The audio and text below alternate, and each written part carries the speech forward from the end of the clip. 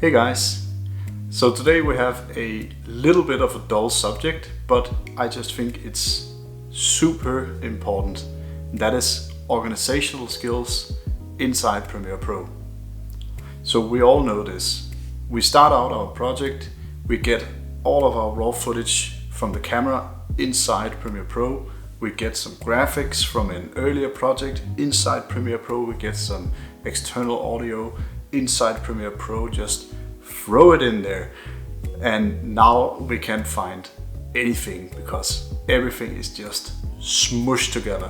When I started Premiere Pro, I also did this. I just threw every single thing in one folder and that was fine. And that's also fine for smaller projects, but once you get a hold of several days of footage and a bunch of graphics from earlier projects, then it can easily get out of hand. So I want to show you 3 tips that I learned, and when I started using them, everything just got way easier for me. If you are new here to the channel, this is a channel where I show different tips and tricks on photography and filmmaking, and I also showcase some of the gear that I use and what I like and dislike about it. If you like content like that, of course, subscribe to the channel because I upload every single week.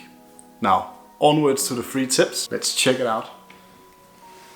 Okay guys, so the first tip is actually not in Premiere Pro, that's in the Explorer, because the most important thing of being organized is being organized from the start of the project. So once inside the Explorer, I've set up this template that can contain a bunch of my files. Here you can see I can put in some ambience, graphics, music. If I go into my raw material folder, I have subfolders set up for all of my different cameras and microphones, stuff like that. So inside the ADD, for instance, I have subfolders for photos and for videos. So what's cool about this, that I can simply just go into my template folder, and just grab my raw material folder and just throw it in the project bin. Now this will copy over all of the stuff that I have in my folders, including the subfolders. So if I just expand this, I can see that I have my ADD video and then my Mavic video. So all of the clips are assembled in here. So the second tip is all about them labels. If I, for instance, assemble a small timeline here, I'll just grab this clip and throw some in and out points in here. And then I'll just drag it into the timeline. Then I'll go under my Mavic video and I'll also just put in an in and out point just randomly, and then I'll just throw it in the timeline as well. Now I can group together my different clips and put a label on it. So for instance, for the Mavic, I'll just select a magenta or something like that. And then I'll grab all of my ADD clips here and then right click and select label and then Caribbean.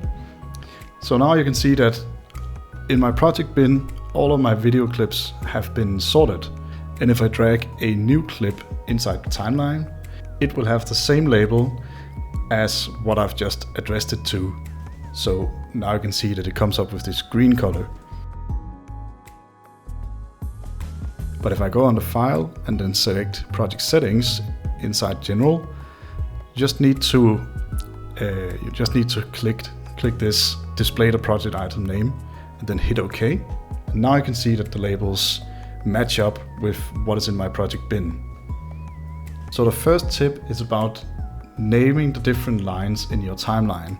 Premiere comes with these V1 and V2 and V3 and A1 and A2 and A3, and all of the lines in the timeline has just by default been called video 1. But the cool thing is that you can actually go inside and rename it. For instance, here I'll just call V1 A roll, and I'll call video 2 B roll or something like that, so that it's easier to have an overview of your timeline. So down here on A1, I'll just call this something like main audio. And A2, I'll just call this like sound effects. simply so that I have a better overview of what's actually in my timeline. So it's a very, very simple tip, but it's actually very practical.